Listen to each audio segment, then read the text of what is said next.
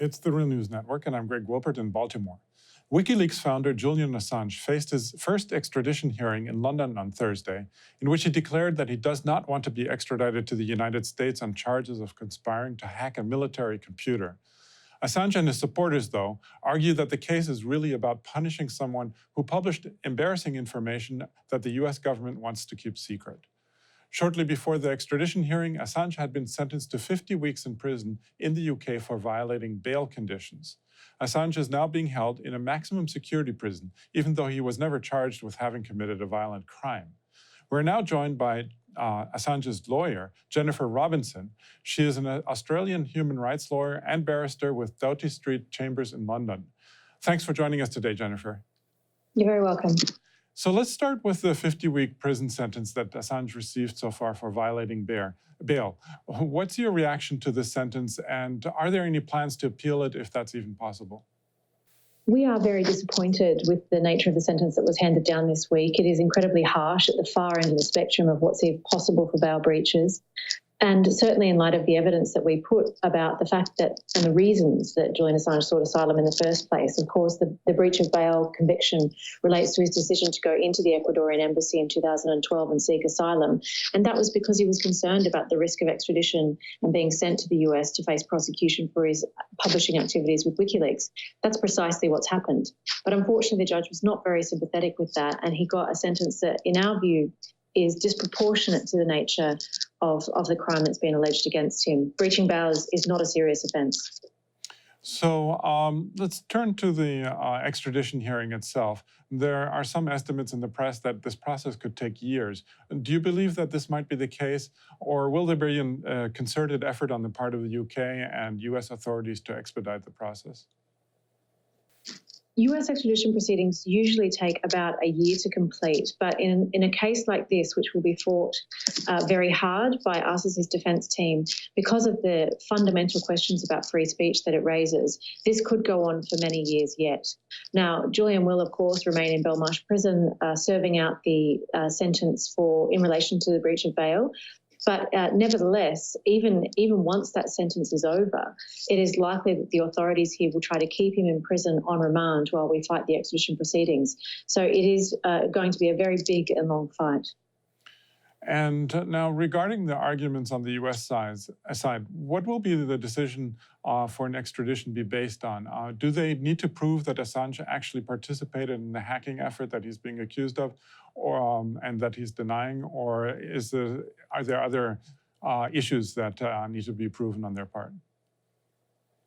Questions of proving the factual allegations in the warrant and in the indictment are for a criminal trial in the United States. But of course, we hope that it never gets that far. We will be resisting extradition here and defending him against being sent to the United States, precisely because this case raises such fundamental questions about free speech. The indictment, if you look at it and the factual allegations that are made, it really boils down to about a journalist and a publisher communicating with a source, asking that source to provide information, and having conversations with the source about how to protect their identity. This is the kind of activity that journalists, and indeed good journalists, should be having all the time. That's why we heard Julian say in the hearing yesterday, which was just a procedural hearing, that he would not consent to extradition because he would not be extradited for having done journalism. That will be a key part of the arguments that we make.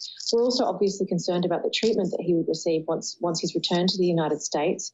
We need only look to the way that Chelsea Manning has been treated, treatment that the UN said amounted to unusual and degrading treatment.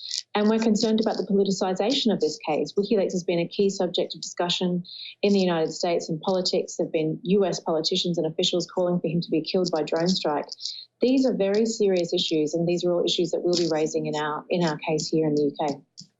Now, here on the Real News Network, we in the past spoke to Ecuador's former Foreign Minister, Guillaume Long, who has talked about the extremely difficult conditions under which Assange was granted asylum in the Ecuadorian embassy in London, especially over the past year.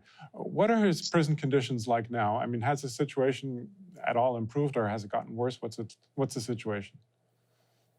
Of course, for more than 6.5 years, the time in which Julian was in the embassy, he was confined almost to a room, had no outdoor access for exercise purposes, and was denied medical treatment. So the British authorities refused to allow him to leave the embassy without giving up his asylum status to seek medical treatment. So we were very concerned already about the long-term impact this was having on his health. His health and his well-being had significantly deteriorated, and I think everyone saw that when they saw the footage of him being dragged out of the embassy by the police. It was visually obvious. But now he's inside Belmarsh prison, which is a high-security prison here in the UK, and significant concerns have been raised about the standards and the conditions in that prison for the whole prison population. Julian himself has been inside his cell almost all day long, every day. At least now he's getting medical treatment, and we remain very concerned about his health. But the conditions inside that prison are very tough, and he's finding it very difficult.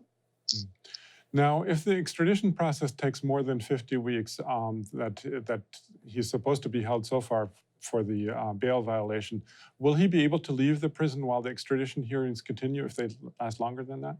As we heard from the judge on Wednesday, at Wednesday's hearing, when the sentence was handed down, he will have to serve at least half of those 50 weeks in prison, and after that would otherwise be released on what we call license here, conditional upon not committing another crime. But because of the US extradition proceedings, it remains to be seen whether the prosecutors will insist that he remains in prison. So it may well be that he has to spend more time in prison even after having served the sentence because of the US extradition request. Now, what could happen? Now, you already touched on this, but I want you to go into a little bit more detail. What could happen to Assange if he reaches US soil against his will? Well, we are very concerned, given the widespread speculation in the American media over the past couple of weeks since he was arrested, that the US may well seek to add additional charges to the indictment against him once he's back in the US. And we are very concerned about that prospect.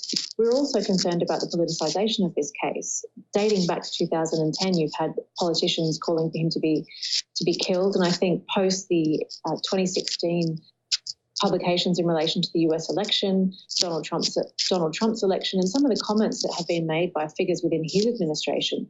For example, Mike Pompeo, as director of the CIA and now Secretary of State, said that WikiLeaks was a hostile non-state intelligence agency and that he would take them down, and that if prosecuted, Julian Assange should not benefit from First Amendment protections. This is a very serious statement to make from a key member of the Trump administration.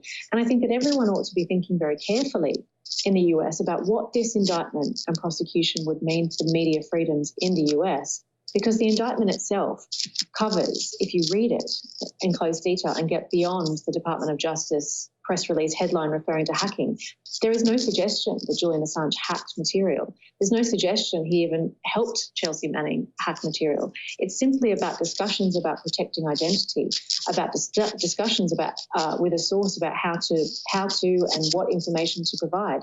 These are actions that journalists do all the time, and I think it will have a massively chilling impact upon investigative journalism, and that's why free speech groups in the US have been stating their concern about the nature of this indictment and what it will mean for the media. Okay. Well, we're going to leave it there for now. I was speaking to Jennifer Robinson, Julian Assange lawyer in Britain. Thanks again, Jennifer, for having joined us today. You're welcome. And thank you for joining the Real News Network.